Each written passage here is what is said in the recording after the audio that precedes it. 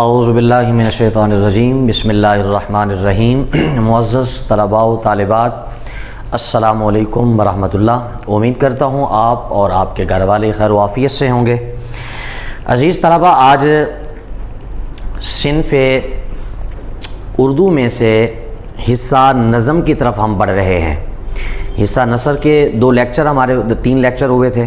آج حصہ نظم کے حمد کی طرف ہم بڑھ رہے ہیں۔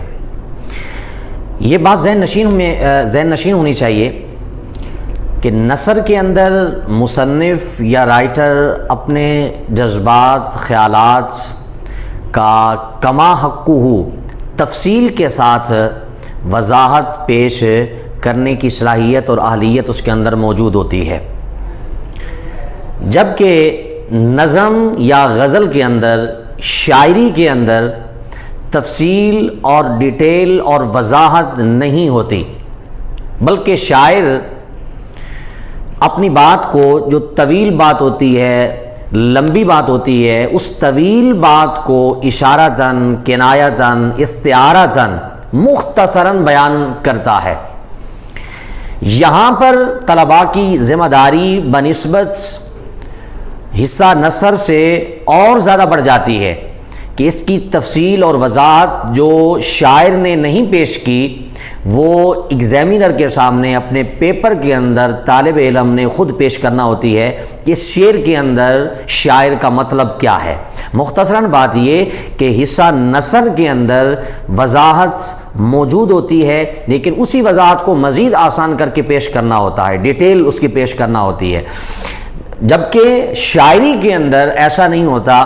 شاعری کے اندر ایک شعر کے اندر، یعنی ایک کوزے کے اندر دریا کو بند کیا ہوتا ہے، جس کو آپ نے پھیلانا ہوتا ہے اور شاعر کی منشا کو واضح کرنا ہوتا ہے۔ یہ اہم پوائنٹ ہے، اس کو آپ بچے ذہن نشین کریں گے۔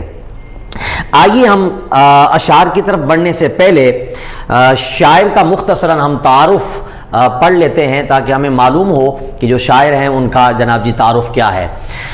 حمد کے شاعر ہیں مولانا ظفر علی خان، جو کہ 1873 میں پیدا ہوئے اور 1956 میں ان کا وصال ہے۔ ان کے والد گرامی کا نام ہے مولوی سراج الدین احمد خان، جبکہ مولانا ظفر علی خان مشہور سیاستدان بھی تھے، صحافی بھی تھے اور عظیم شاعر بھی تھے۔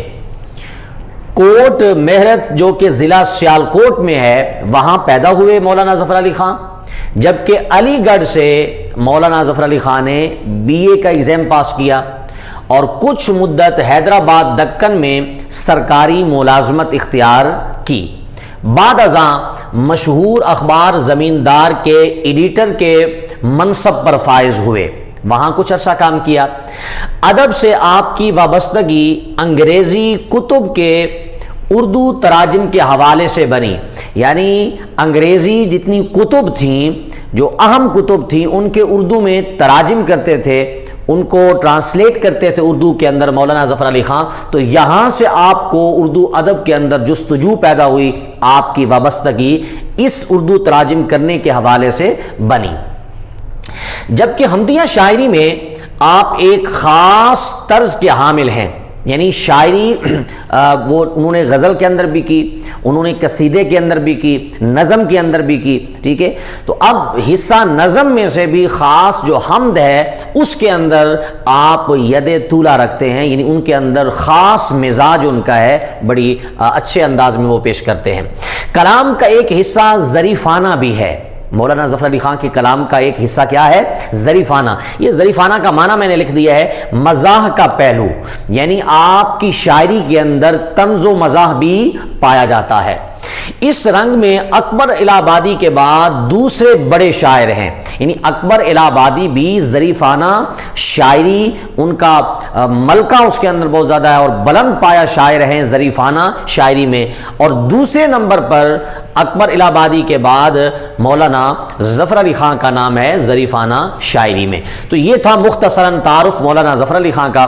امید کرتا ہوں آپ نے توجہ سے سنا ہوگا اور اس کو نوٹ بھی کر لیا ہوگا۔ اب آئیے مولانا ظفر علی خان حمد کا پہلا شعر وہ یہاں پر موجود ہے کہ پہنچتا ہے ہر ایک میں کش کے آگے دور جام اس کا، کسی کو تشنا لب رکھتا نہیں ہے لطف عام اس کا۔ اب سب سے پہلے ہم نے یہ کرنا ہے، آپ کے ہاتھ میں عزیز طلباء بال پین یا انک پین موجود ہونی چاہیے تاکہ آپ یہ ساتھ ساتھ نوٹ کرتے جائیں۔ سب سے پہلے ہم مشکل الفاظ کے معنی یہاں پر سمجھیں گے۔ پہنچتا ہے ہر ایک میکش، میکش کا معنی لکھ دیا میں نے شراب پینے والا، میکش کا معنی شراب پینے والا۔ دور جام، دور جام پیالے کا باری باری سب کے سامنے آنا۔ دور کا معنی ہوتا ہے نا سرکل میں آنا، ٹھیک ہے، روٹیٹ ہونا، ٹھیک ہے، گھومنا، چکر لگانا۔ تو دور جام، جام کا معنی پیالہ، گویا کہ پیالے کا بار بار سب کے سامنے آنا۔ دوسرا مصرع، کسی کو تشنا لب رکھتا نہیں ہے۔ تشنا لب پیاسا، پیاسے کو تشنا لب کہتے ہیں اردو کے اندر، رکھتا نہیں ہے لطف عام اس کا، لطف عام عام مہربانی، جی لطف عام کا معنی عام مہربانی۔ یہ جناب شعر نمبر 1 تھا جس کے مشکل الفاظ کے معنی ہم نے سمجھ لیے۔ اب تشریح میں مشکل الفاظ کے معنی سمجھنے کے بعد جو دوسرا کام ہوتا ہے طالب علم کا، وہ ہوتا ہے اس شعر کے مفہوم کو آسان الفاظ میں لکھنا۔ یاد رکھیں جتنا آپ مدلل، صاف اور عام فہم اور درست انداز میں آپ مفہوم لکھیں گے اتنی ہی آپ اچھی تشریح کرنے میں کامیاب ہوں گے۔ کیوں؟ اس لیے کہ یہی مفہوم جب آپ اچھے انداز میں لکھ چکے ہوں گے، ایک سے زائد مرتبہ پڑھنے سے آپ کے ذہن کے اندر مختلف تصورات ابھریں گے، مختلف جناب ایک کانسیپٹ اور ایک جناب ایک تجزیانہ انداز آپ کے ذہن میں آئے گا۔ اسی مفہوم کو 1 سے 2 مرتبہ پڑھنے کے بعد آپ کے ذہن میں جو تصورات آ رہے ہیں ان تصورات کو آپ وضاحت کے ساتھ پیش کریں گے، ایکسپلین کریں گے تو آپ کی تشریح بنتی چلی جائے گی۔ مفہوم کا صاف اور اچھا اور درست ہونا تشریح کے لیے لازم ہے۔ آئیے دیکھتے ہیں اس شعر کا مفہوم کیا بنتا ہے کہ پہنچتا ہے ہر ایک میکش کے آگے دور جام اس کا۔ اللہ تعالیٰ کی ذات ایسی ساقی ہے، یعنی ایسی ذات ہے پلانے والی ہے کہ اس کا پیالہ ہر ایک کے آگے پہنچتا ہے۔ اس کا پیالہ، اب اس کا پیالے سے مراد صرف پیالہ نہیں ہے جس کے اندر پانی ہے، اس سے مراد رزق ہے۔ گویا کہ ہر ایک کے آگے پہنچتا ہے اس کا پیالہ، اس کی مہربانی کسی کو پیاسا نہیں چھوڑتی۔ عزیز طلباء، یہ تھا شعر اول کا مفہوم۔ اب مفہوم لکھنے کے بعد اب ہم آئیں گے تشریح کی طرف۔ آپ جانتے ہیں کہ حصہ نظم کے ایک شعر کی تشریح کرنے کے 4 نمبر ہوتے ہیں، ٹھیک ہے جناب۔ 1 نمبر ہوتا ہے شاعر کے نام کا اور 1 نمبر ہوتا ہے جناب نظم کے عنوان کا، اور 4 نمبر کے 2 اشعار، ٹوٹل حصہ نظم میں سے 10 نمبر کا سوال ہوتا ہے۔ تو آئیے پہلے شعر کے مفہوم کے بعد ہم تشریح کی طرف بڑھتے ہیں کہ شاعر مولانا ظفر علی خان رحمۃ اللہ تعالی علیہ نے اس شعر کے اندر کیا کہا ہے۔ اب میں اس کی وضاحت تھوڑی پیش کروں گا، ٹھیک ہے، اس کی ڈیٹیل آپ کے سامنے، اور غور سے آپ سنتے جائیں گے اور جو بات آپ کے لیے مفید ہے اس کو آپ نوٹ کرتے جائیں۔ آپ کے سامنے رجسٹرڈ ہونا چاہیے، کاپی آپ کے پاس ہونی چاہیے جس پر یہ باتیں آپ ساتھ ساتھ نوٹ کرتے جائیں گے۔ جی عزیز طلباء، پہنچتا ہے ہر ایک میکش کے آگے دور جام اس کا۔ گویا کہ شاعر مولانا ظفر علی خان رحمۃ اللہ تعالی علیہ نے کہا کہ اللہ تعالیٰ کی ذات ایسی ساقی ہے کہ اس کا پیالہ ہر ایک کے آگے پہنچتا ہے۔ دیکھیے جناب، اب یہ جو یہاں پیالے کا ذکر کیا گیا کہ دور جام، ٹھیک ہے جناب، پہنچتا ہے ہر ایک میکش کے آگے دور جام اس کا، شراب پینے والے کے آگے اس اللہ تعالیٰ کا پیالہ ہر ایک کے سامنے پہنچتا ہے۔ پہلی بات تو یہاں پر یہ جناب ذہن نشین کرنے کے قابل ہے کہ پیالے سے مراد صرف وہ پیالہ نہیں ہے کہ جس کے اندر پانی ڈال کر تو کسی کو پیش کر دیا جائے، یہاں بلکہ مراد ہے رزق کی ٹوٹل اقسام، ساری کی ساری رزق کی اقسام یہاں موجود ہیں۔ بلکہ اگر اقسام اگر آپ کو میں ذکر کروں، شاید آپ کے ذہن میں ہو کہ رزق صرف کھانے کو کہتے ہیں یا جناب پینے کو کہتے ہیں، نہیں، رزق کی بہت ساری اقسام ہیں۔ عزت رزق ہے، اولاد رزق ہے، ماں باپ وہ رزق ہیں، عہدہ جناب جی مل جائے وہ رزق ہے، انسان کی جو صلاحیتیں ہیں یہ رزق ہے، انسان کی فراست اور دل و دماغ یہ انسان کے لیے رزق ہے، انسان کے ہاتھ سلامت ہیں یہ رزق ہے، پاؤں سلامت ہیں یہ رزق ہے، الغرض رزق کی بے عزت یہ رزق ہے، بے شمار رزق کی اقسام بنتی ہیں۔ عموماً لوگوں کا تصور یہی بنا رہتا ہے کہ رزق شاید کہ کھانے پینے کی چیزوں کا نام ہی ہے، نہیں، رزق کی بے شمار، ایمان یہ رزق ہے، ٹھیک ہے، نیک اولاد یہ رزق ہے، بلکہ حدیث پاک میں ملتا ہے کہ ایمان کے بعد سب سے اعلیٰ جو رزق کی قسم ہے وہ ماں باپ کے لیے اچھی اولاد کا ہونا، یہ سب سے بڑا جناب جی رزق ہے۔ تو عزیز طلبہ، یہاں پر رزق کی ٹوٹل اقسام موجود ہیں، یعنی اللہ تعالی کا جو پیالہ ہے وہ ہر ایک کے سامنے پہنچتا ہے، کا مطلب یہ ہے کہ اللہ تعالی کا جو رزق ہے وہ ہر خاص و عام تک پہنچتا ہے، یہ اس کا مطلب بنا۔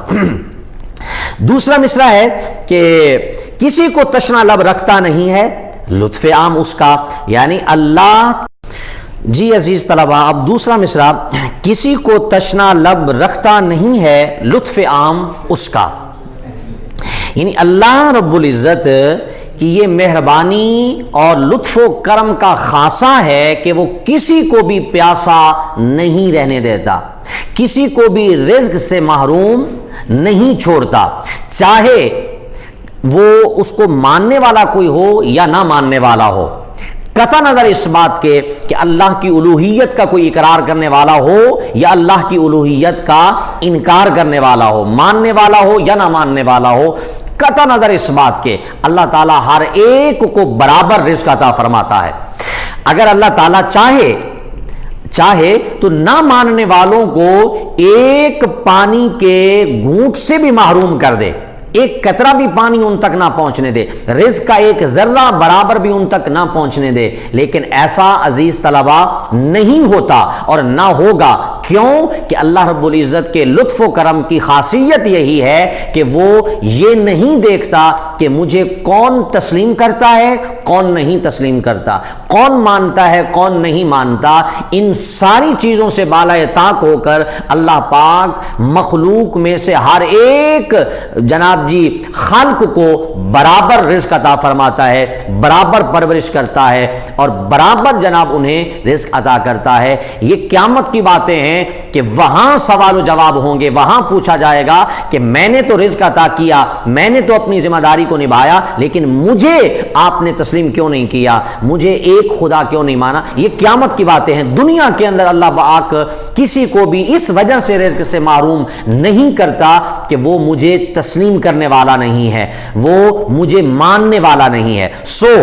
کسی کو تشنا لب رکھتا نہیں ہے لطف عام اس کا، بلکہ اللہ پاک کی مہربانی تو اس قدر مخلوق پر ہے کہ ہمارے دنیا میں آنے سے قبل ہی ہمارے مقدر میں رزق لکھ دیا گیا اور ہمارے رزق کے انتظامات اور اہتمام وغیرہ کر دیے گئے۔ جیسے ہی ہم دنیا میں آئے تو ہمارے لیے رزق کے دروازے اللہ پاک نے کھول دیے، گویا کہ تخلیق سے پہلے ہی اللہ پاک نے رزق ہمارے لیے لکھ دیا۔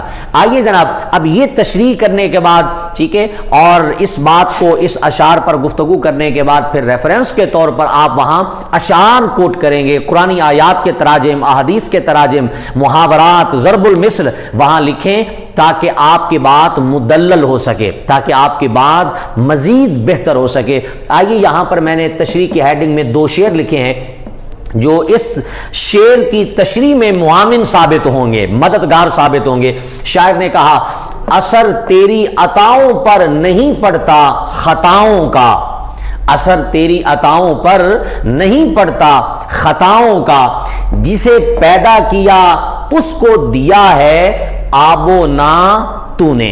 عزیز طلبہ، شاعر نے کہا کہ اے اللہ رب العزت، تیری عطا پر ہماری خطا کا اثر نہیں پڑتا۔ ہم خطا کار ہوں، ہم گناہ گار ہوں تو گناہ گار ہونے یا خطا کار ہونے کی وجہ سے تو نے کبھی بھی رزق کے دروازے بند نہیں کیے، یعنی ہماری خطا تیری عطا پر اثر انداز نہیں ہوتی۔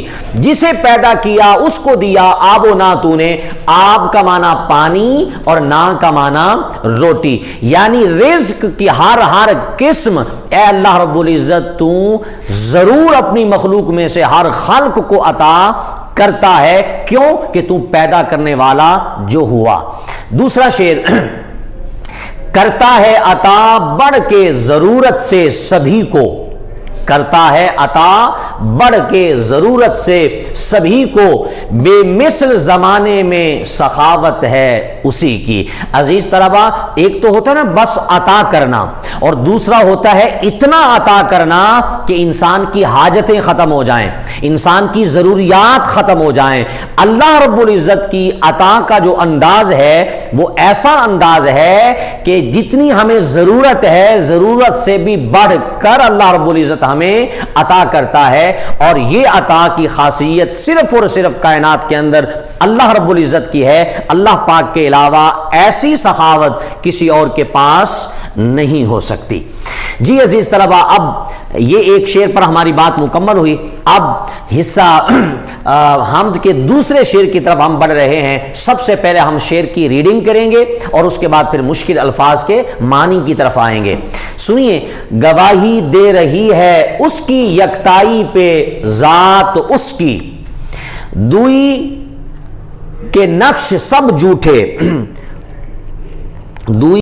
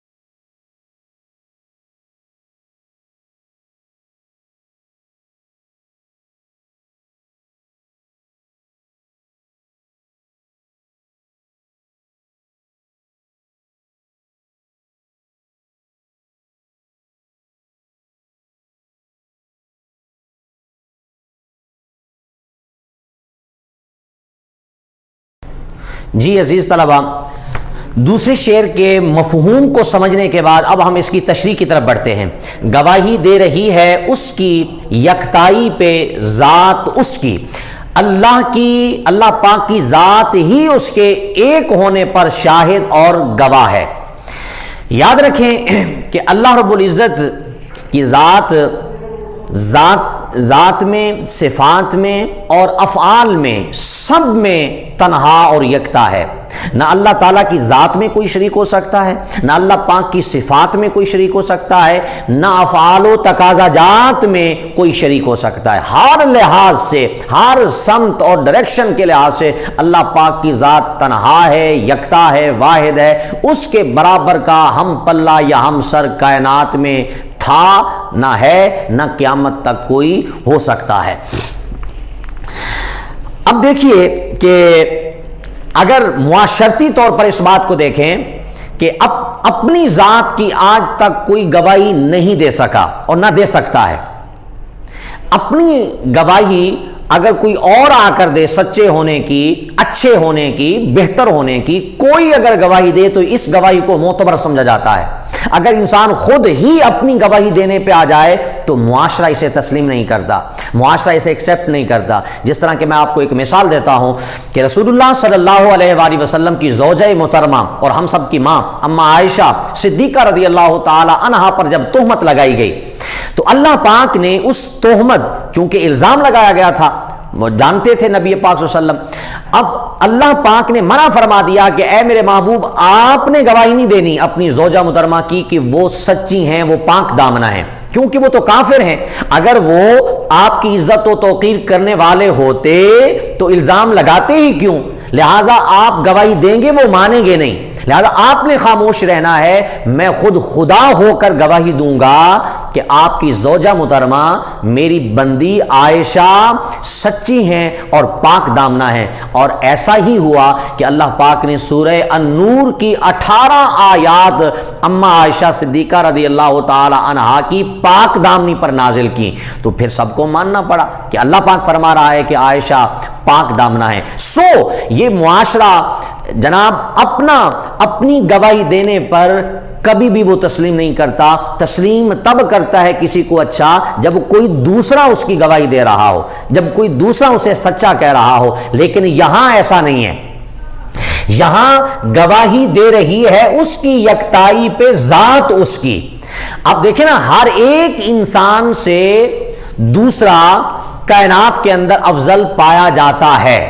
ایک انسان سے دوسرا جناب جی سینئر ہوتا ہے، ٹھیک ہے، ہر ایک انسان سے افضل کائنات کے اندر موجود ہے. لیکن اللہ کی ذات ایسی ہے کہ اس ذات سے بڑی ذات کائنات کے اندر نہیں ہے. سو اللہ پاک اپنی ذات کی یعنی ایک ہونے کا اعلان خود کر رہا ہے کہ میں ایک ہوں. ٹھیک ہے، اب اس گواہی کو ہر مسلمان، ہر مخلوق کو تسلیم کرنا لازم اور ضروری ہے. بلکہ اپنے محبوب صلی اللہ علیہ وآلہ وسلم کو اللہ پاک نے فرمایا کہ آپ اعلان کریں، قل هو اللہ احد، اے محبوب کہہ دیجئے کہ اللہ ایک ہے.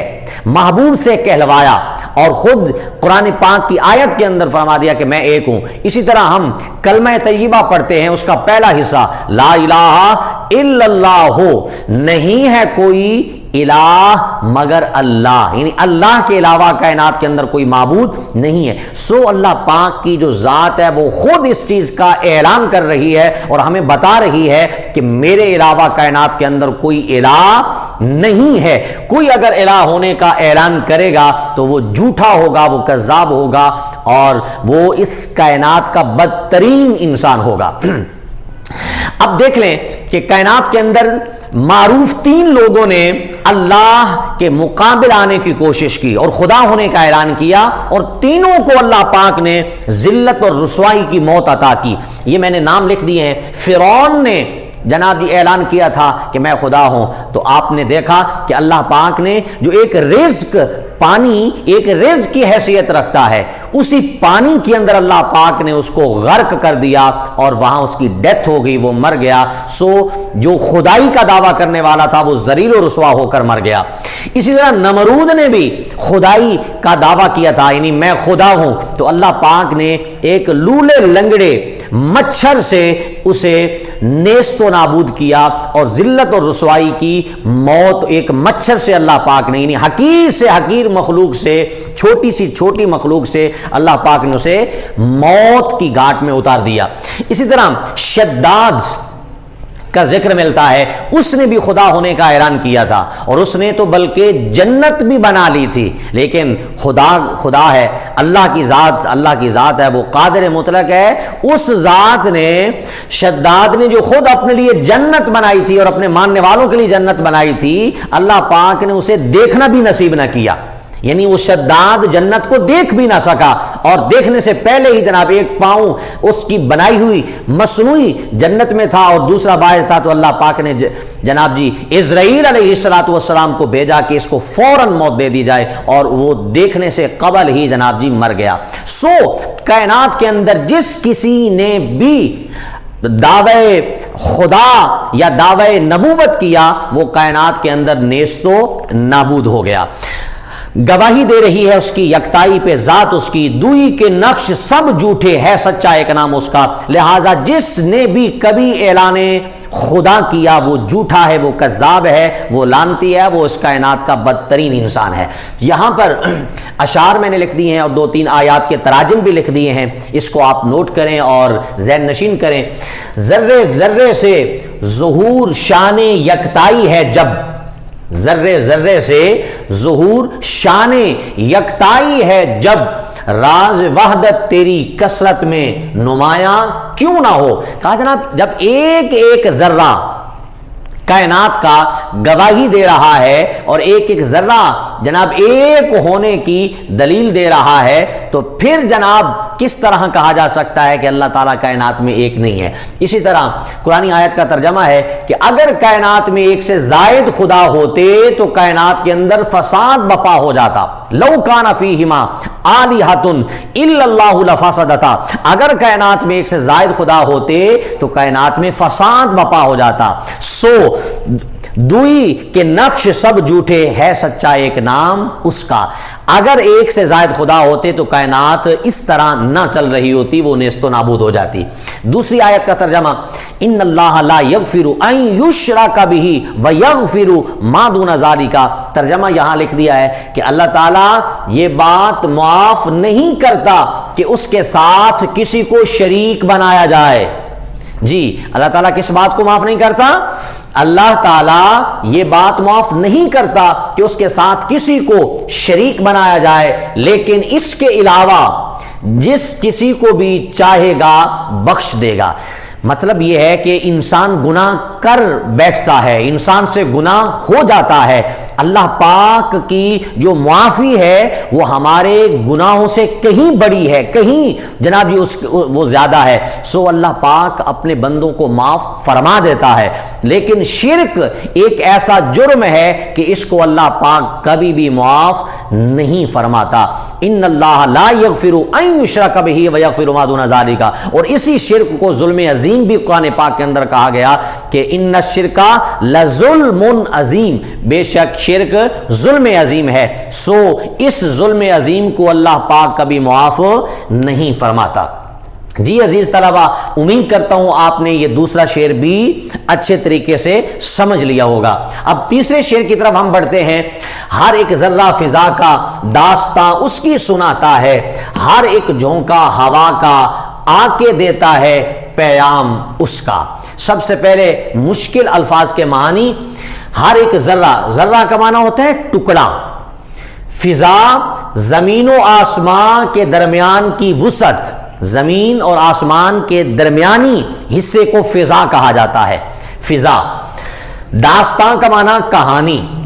ہر ایک جھونکا، ہوا کی لہر کو جھونکا کہتے ہیں. ہوا کا آ کے دیتا ہے پیام، پیام خبر.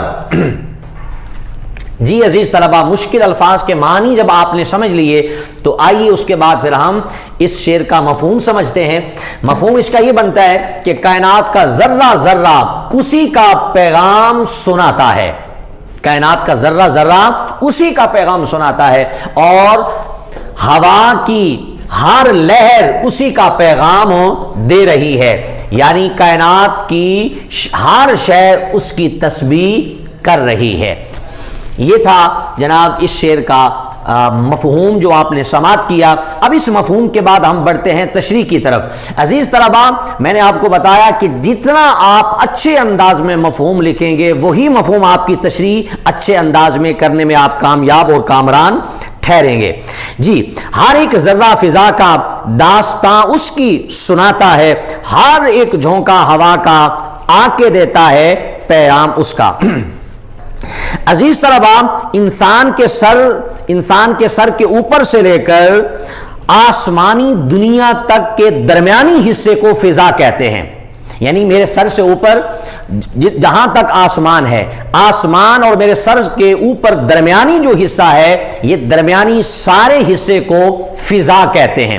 اب اس فضا میں ایک سے زائد مخلوقات موجود ہیں. شاعر کا یہ کہنا ہے کہ ہر ایک ذرہ فضا کا داستاں اس کی سناتا ہے. یعنی فضا کے اندر موجود ہر مخلوق، ہر موجودات اللہ پاک کا ہی ذکر کر رہی ہے، اللہ پاک کے ہی موجود ہونے کا اعلان و اعتراف کر رہی ہے. کوئی ایسی کائنات کے اندر چیز موجود نہیں ہے جو اللہ پاک کا تذکرہ، اللہ پاک کا ذکر یا اللہ پاک کے موجود ہونے کا اعلان و اعتراف نہ کر رہی ہو. دیکھ لیں، اگر اس کائنات کے اندر اللہ پاک ہوائیں بھیجتا ہے، مثال کے طور پر ہوائیں ہیں، اگر وہ ہوا رخ اختیار کر لے لو کا، گرم ہوا کا، تو ہماری زبانوں پر استغفر اللہ کے چرچے ہوتے ہیں، یعنی اللہ پاک معاف فرمائے، ہمارے جسم کو تکلیف پہنچ رہی ہوتی ہے تو اللہ استغفر اللہ کی صدائیں۔ یہی ہوا جب ٹھنڈک کا روپ اختیار کر لے، گرمیوں کا موسم ہو، ٹھیک ہے، اور ہوا ٹھنڈی چل پڑے تو ہماری زبانوں پر سبحان اللہ یا اللہ کے شکر کے ترانے جناب جاری ہو جاتے ہیں۔ سو تکلیف ہو یا سکھ اور چین ہو، ذکر اسی ہی ذات کا ہماری زبانوں پر جاری رہتا ہے، بیماری ہو یا صحت ہو، تندرستی ہو، خوشحالی ہو، مہنگائی ہو، بے روزگاری ہو، جس عالم میں بھی ہم ہوں، ذکر اسی ذات کا زبان پر جاری و ساری رہتا ہے۔ یہی بات مولانا ظفر علی خان کہہ رہے ہیں کہ ہر ایک ذرہ فضا کا داستاں اس کی سناتا ہے، ہر ایک جھونکا ہوا کا آنکے دیتا ہے پیام اس کا۔ وہ ہوا کا جھونکا وہ گرم ہو وہ ٹھنڈا ہو، ہمارے جسم کو تکلیف دینے والا ہو یا ہمارے جسم کو راحت دینے والا ہو، ذکر زبان پر اسی ذات کا ہی جاری و ساری رہتا ہے۔